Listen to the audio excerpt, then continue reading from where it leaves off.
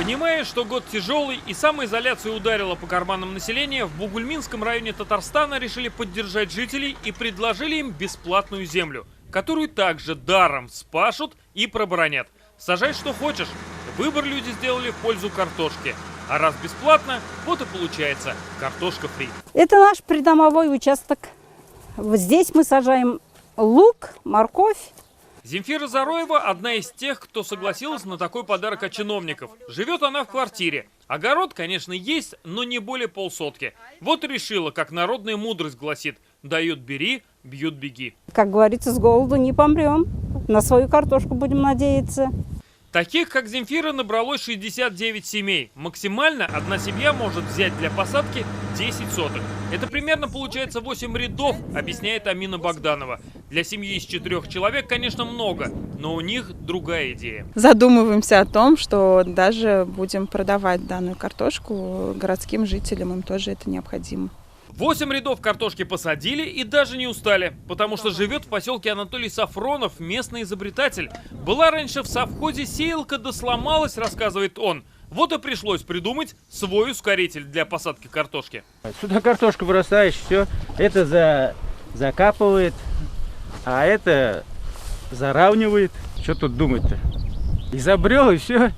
Посадить 10 соток с таким изобретением занимает всего 10 минут. Для сравнения, если делать это вручную, то потеряешь полдня. А тут красота. Вывалил семена для посадки и только успевает закидывать картошку в трубу. Сеялка и копает, и сажает, и закапывает. И все как положено, с соблюдением нормативов. Вот она. Штык. На штык почти? Да, на штык. Ну, если в среднем взять, что в месяц приблизительно уходит мешок 1,5, то в год они имеют экономию 5-6 тысяч.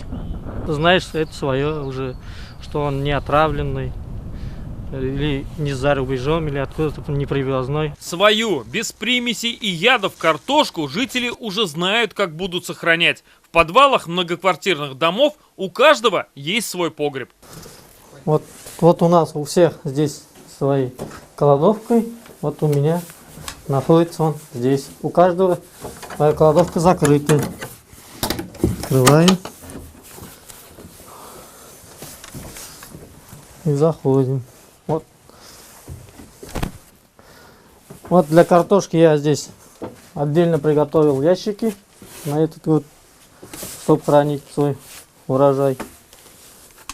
Здесь же хранятся овощи, выращенные на придомовом участке. В общем, в этом году 69 семей Бугульминского района подошли к коронавирусному году основательно. Остается надеяться, что погода будет хорошей. Все равно надеемся, что корона вирус свою корону скинет.